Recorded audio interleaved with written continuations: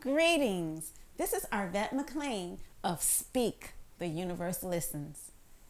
As a very young person, I always felt that I carried the weight of the world on my shoulders, having to make grown-up decisions in order to survive a life marked with physical, sexual, and emotional abuse. While my face was smiling on the outside, on the inside, I always secretly cried and felt miserable. However, over the years, I learned some gems that helped to turn my life around. I now get to live the life of my dreams, filled with love, travel, and wonderment. And I am absolutely passionate about sharing what I have learned with you. If you want to live your best life, tune in each week as I, along with some amazing guests, share these life-changing gems with you. Inspired to be more, do more, have more. Greetings and welcome to Speak, the Universe Listen. Today's topic is meditation for everyday life. And we actually have a wonderful guest with us today, Tiffany Robinson. So thank you for coming today. Oh, thank you. Yes, and Tiffany is actually she's certified in meditations as well as Reiki. She's also a self-taught herbalist, and she is the owner of the Tea Spot. Yes. Yeah. Yes. So actually, those topics sound wonderful to me. So tell me, how did you get into being a Reiki master or certified in Reiki? Well, dealing with mental health and just coming from that background, meditation kind of was something that we kind of taught. And so in California, mental health is different. So they practice, you can use holistic healing in California and your insurance pays for it. Wow. So people will come if they don't want to take medication, or if you're referring them to something like, have you meditated? Because if you have anxiety, you have to learn how to suppress it without medication. Mm-hmm. And some people taking medication, they can't take that medication on jobs because it has so many different side effects. So it takes them away from their job, or it makes them a little bit more irritable. So in California, they find ways to help people in those situations. So, and then Reiki just kind of came in. I just started doing a little bit more research, start reading about it, grabbing books, just any kind of books, and was interested in just becoming, a practitioner and doing so. Wow, Yeah. That is so awesome. Yeah. So I didn't even want to go on this tangent, but since you've opened the door as far as what they're doing in California, so is that something new, or they've been doing that for a while? They've been doing it for a while. Wow. Yes. And do you see any difference between the care that's given there and the care that's given here and the results? I do see a big difference. I think now Virginia is starting to open up to those holistic clinics because there is a lot here. As far as them accepting your commercial insurance, they're starting to gradually open up the door here, because I think California and New York were the only ones where you can use your commercial insurance to a holistic provider so that they can provide the assistance for you.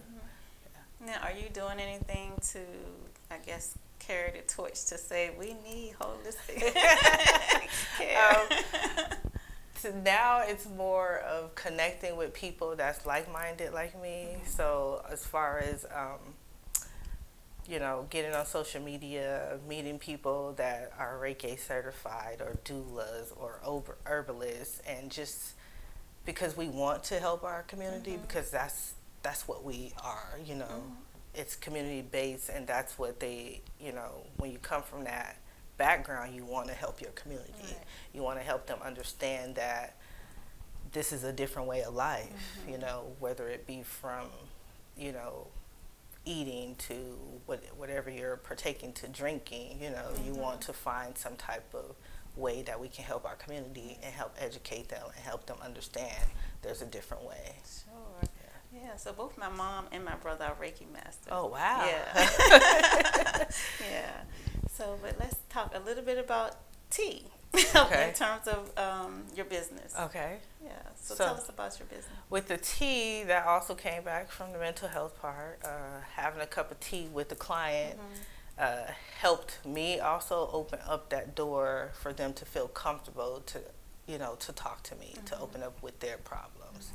I always say that having a cup of tea is like comfort in a cup, and you can always go to that because you're sipping and it relaxes you, it soothes you, and you can have a good conversation over a cup of tea. So yeah. And so you decided to start a business. Yeah. Well, actually, I did not decide to start a business. It was more of me blogging more about herbs and different tea leaves and how they can help people in certain situations. So like my husband, he had got diagnosed with hypertension, and he was taking medication for it. So he kept saying, like, I don't feel right, I don't like the way the medication makes me feel, and so he was having different side effects. And this was about 3 years ago. And so I did research, and I'm like, oh, okay, you can take this, and I can make you tea. And I just found recipes and just made it my own and kind of just perfected it. He's been off medication for the last 2 years. Oh, that's so awesome. Yes. That's a great story. Yeah. And so that was kind of he was like, why don't you just make it a business? And I'm like, really?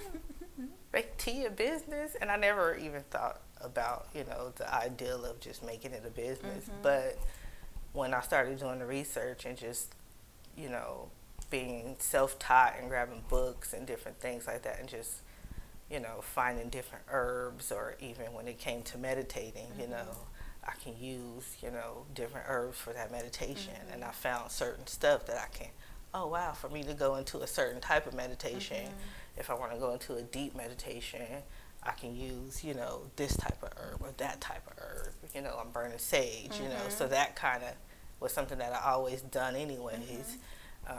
So it just kind of perfected it as I learned. Yeah. That's terrific. Okay, so meditation. So meditating for everyday people. Talk to us about that. So meditating for everyday people, I think it's good to meditate. Coming from Reiki and just, coming from my own personal, traumas, I learned over the last 5 years that sometimes you have to find peace within yourself. And finding that peace within yourself, you got to kind of go out and look for it, Background of, growing up in a Baptist church, and everybody's like, go to the Bible, go to God, And sometimes I used to, even as a young adult, people said, this wasn't working out for me. This is not working, And so you see so many people, in church. And I think it was like last year I was home and was sitting in church, a lady that actually said that I was pregnant. And I was like, really? No, I'm not. But I had spoke with her, and I was sitting there in church, and I had a cousin that was sitting next to me, and I could feel her energy, from her, and just like all the stress that she was going through, and not knowing what she was going through because I haven't actually spoken to her in the last 3 years. But I remember after church, I told the lady that was preaching, I go, it's so funny how I can't even relate to everything that everybody goes through. And she said, that's because you found something that worked for you, this may not have worked for you, but whatever you're doing is working for you, right. So, and then I think that was my moment of, you know what, it is. I didn't have to go outside of myself. I had to find what was in myself. Right, exactly. For me to be happy, for me to be comfortable, for me to just be whole, Sometimes you have to look within yourself instead of looking outside yourself. Yeah, so, yeah. I agree with that. Yeah. Yeah, so how do you start turning inward? I just try to find a peaceful place for myself. I get my kids involved. Sometimes I meditate with the girls, and they know how to meditate themselves. But for me, it's more of, I tell people, meditating can be anything. It could be listening to India Ari or Erykah Badu, and cleaning up the house, because you're just finding that moment for yourself. And however you're feeling in that moment, that's meditation. Okay. You know, that's that's going within, because whether it's you crying because you hear these words, or you just hear the melody of something, or it could just be reading a book. As long as you're finding that peace within yourself, meditation can be anything. Yeah. I like that you say that, because a lot of times when people say meditation, they think of and it can turn people off from the whole idea of meditation. Not that there's anything wrong with that, but just the whole idea of just quieting your mind in that way. Like, I've tried doing it that way, like a lot of times, and I haven't been successful. So I have my own rituals that I do, and I call it meditations, but I'm careful of who I say it around. Because they'll be like, that's not meditation. Exactly. It's like meditation is levels of things, you know. So one of my favorite things is listening to music, you know. I love listening to some jazz music, you know, singing around the house, lighting incense, you know. And then on weekends, my meditation can just be opening the curtains and letting air in. So it's just so different, many levels, you know, the 5-minute shower one. You get in there, you take a shower, you know. So people just have to find what's comfortable for them when it comes to meditating, how they want to feel at the end of it, and what their journey is. Okay. Yeah. So talk to us about the 5-minute shower. So 5-minute meditation shower is more of me just getting in the shower. It could just be, you know, today, you know, I'm just thinking of myself. Today I'm going to be one with myself, you know, and just repeating those words and just kind of letting it flow. And just in the shower, you know, and even if you don't have time to do it in the shower, that's driving, you know. You're sending energy through that car, you know, to make sure you're getting to that place safely, you know. So I do it wherever I can sometimes, even in my desk with a crowd of people, and I can just be like, okay, I got this. So that's kind of how I do it. And so it's just teaching other people how to, you know, bring that into their lives, you know, because some people don't. They feel like I have to, like you said, sit there cross-legged, you know, and meditate, you know. But meditation, you have to quiet your mind. And once you learn how to quiet your mind and block everything out, that's when you start your journey there. Okay. Yeah. So I know that, like, one of the reasons why I love running is because when I run, my mind goes blank. And so a lot of people are like, you out there running, what are you thinking about? I'm not thinking You're about not thinking anything. about anything. And that's the beauty of it. And it's just like that rhythm of your feet hitting the ground. Yeah. And then like the wind blowing, and it just takes you somewhere. I don't know. I mean, it does, because you're just in that moment at that time, and you're just enjoying it. And everything else, life may kick in after that, you know, but for that 15 minutes or 20 minutes, you enjoyed that moment. Right. And you can conquer the rest of the day knowing that I spent that time with myself. So, yeah. And that's another thing, too, because people always say, do what you love, right? And so I always love cleaning. And I'm like, so am I supposed to be a maid? You know, but I eventually realized that when I'm cleaning, I'm kind of in another zone. And I mean, I absolutely love to clean. And I'm literally in another zone. And so you just said that could be a form of meditation. Meditation. And cooking for me is like a stress reliever. Like, I'm just in there moving around, I'm cooking, and I love cooking. And my husband would laugh at me. He'd be like, why you didn't tell me you know how to cook that? I'm like, I just read the box or just go online and I'll figure it out myself. And that's kind of how I learned how to cook. I was like, I just like Google recipes and I say, I'm like the best cook ever. I have never had no complaints. My kids do not even like to eat out, okay? They'll be looking like, pizza again, we want you to cook, you know? So, but I love cooking when I have the time, you know, to, and then like sometimes I'll just cook random stuff of like, I think one time I was like, oh, I can't wait to get home so I can make a African dish. And my husband was like, you don't even know how to make African food. I found this recipe, so I'm going to use it. But I just love cooking, and I just kind of go with it. And that's one of my forms of meditating. Throw music on, cook, you know, and the girls kind of get into the form, and they'll be in there singing and, you know, chopping up something, you know, so they just kind of love it too. But I think we find doing stuff like that, we seen our parents, you know. I seen my mom, you know, cleaning the house, music blasting to her. We can't even hear what's going on. And that was her way of just cleaning. But as a little child, if you're not taught meditation, you don't know what that is. You just think mom needs music to clean the house or cook, you know. But after I got older, I was learning that that's her form. That was her form of meditation. So, So how do you teach people to meditate? So teaching people meditation, I usually, like prior to, I'll email them, and then I'll have them set, you know, some type of intention of what their goal is for our meditation session. What do you want to see out of it? You know, is it something personal? Are you trying to get over some type of trauma? You know, do you have, you know, money problems, things like that? And, you know, they'll tell me, and when we sit down and talk about it face to face, because I want them to be prepared, because this is where I need your mind to be at the time we're meditating. So you need to focus all of that energy into that so we can work forward to it.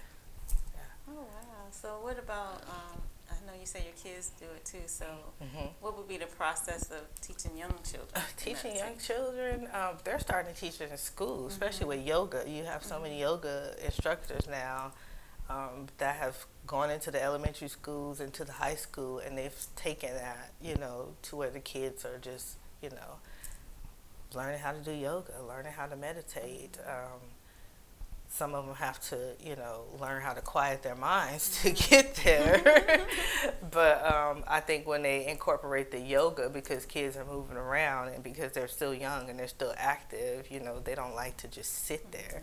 My youngest one doesn't like to sit. You know, she'll go and do the stretches, and she'll meditate. She'll let me practice Reiki on her, you know. She'll do that, but then after a while, she's like, okay, yeah, I'm done, you know. But, I mean, it depends on the child. And the more you teach, the more they're going to learn, and the more it's going to be bestowed in them to where it's a practice for them. So, yeah, that's the only reason why I do it, because at some point, they'll figure it out how to do it themselves, and they'll know this is how I meditate, and this is how I get through my day. So just teaching them and just planting that seed, and then kind of grow from there. So when you say quiet your mind, what does someone who has never meditated before, what does that mean, or how can you explain what that means? So when I'm teaching meditation, I usually teach people to, you're breathing and you're trying to focus on breath only.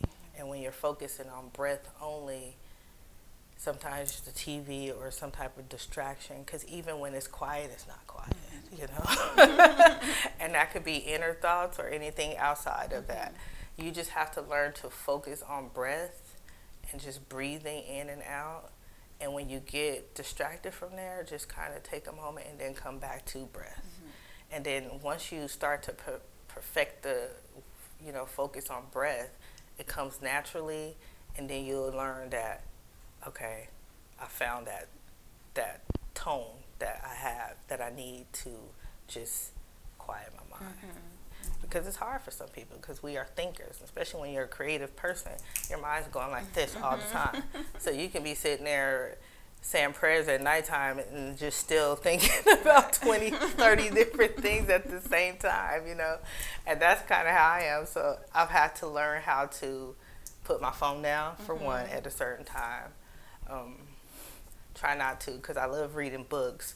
So I try to just keep all of that away so that I can get, you know, at least a good night rest. Because once you get online, that creative, you know, energy is going to come right back up. Your thoughts are going to come, and then I'm sitting there jotting down things or taking notes and just like, okay. And then I got to redo it all over again just to go to sleep. So yeah. So I mean, like I said, even when it's quiet, it's not quiet. Yeah. Okay. So when a person steals their mind, so I guess what would be the purpose of that? What's the purpose for people to steal their minds?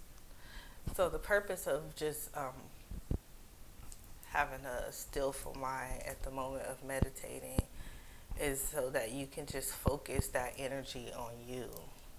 And when you're focusing that energy inward, whether it's just listening to your own breath because you're just a beginner doing so, it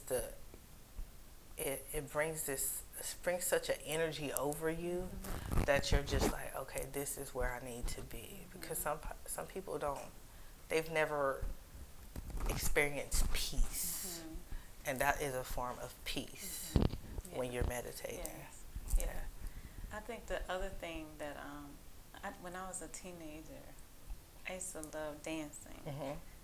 Just like turning the music up loud, and so it's like I was like my emotions were like this as a teenager, like up and down, and when most of the time it was down. And so I always knew if I turned that music on and just started dancing, it takes you away from that. Yeah. It takes you away from that moment. Changed. And I mean, I think that's good for kids with music because they learn through music, and it takes them away from their environment. So when you get taken away from your environment, even if it's in the room, dancing, and you're just by yourself, that takes them away from whatever's around them at that moment. It takes them away from that. And it's good. Yeah. It's really good, I mean, they just have to learn how to, I always tell my kids, like, you don't want to become a product of your environment. And that goes for so many kids, because when I first moved here and got my first case of family, I'm like, what in the world is this? But that's because so many people, when they're living, in that area, I had a mother that had 7 kids and she was 30, and I'm like, how did this happen? But life happens. But if you don't have a person that's teaching you to get out, or this is the road that you need to take, that cycle is going to always continue, And it was crazy because she was living in the same projects that she grew up in. Her mother still lived there, and her grandma lived right around the corner. So those kids didn't have any chance because the only thing she knew was I was the oldest one and I watched my brothers. And I'm like, you can't do that to your child. At some point you have to break the cycle. You have to teach them there's something out there different. This is not it here. And I remember taking the 2 youngest ones, and we went, I think, to Applebee's or something, and we're driving across Lee Bridge and the hospital and the school, and they're like, where is this at? I'm like, y'all live like right across the bridge. How you missed this, And that's because they never left. They never left their environment. And I used to tell kids all the time, like, just look out your door. There's probably kids that are about 2, 3, maybe 4 years older than you, probably have kids, maybe 2 kids. You can't become them, You learn from their mistakes. And so if you don't want to become a product of your environment just because your parents don't want to leave out, you have to have that mindset that you want to leave. So I like that. Yeah. So you kind of your meditation helps you to escape your environment. Yes. Okay. Do you have any closing comments for us? My closing comments would be, if you're taking on meditation and if that's what you want to do to move forward in your life from whatever situation it is, I would seek out someone that is certified to do meditation to teach you the ropes on how to do it. And meditation is not one form of meditation, because that meditation could be catered to that one person. So I would seek out someone for meditation for your for whatever you're going through. Yeah. So thank you for joining us. You're welcome. Thank you. And can you tell people how they can reach you? Oh, yes. So my website is www.thespot, spelled TESPOT.com. And you can also reach me on Facebook under Tiffany Robinson, and on Instagram at the T Spot Healing Room on Instagram. Thank you so much You're for welcome. joining us today and talking to us about meditation. I really appreciate that you said there's more than one way to do Yes. meditations, that you can do it the way that we think of, Mhm. but then also simple things like dancing, singing, running, cleaning, taking a shower. All Yes. those things can be avenues to quiet Yes. your mind. Yes. And then the purpose of that would be to help you to escape your environment as well as find a place of peace within. Yes. Yes. So thank you. You're welcome. I Thank hope you. you guys actually enjoyed Tiffany as much as I did.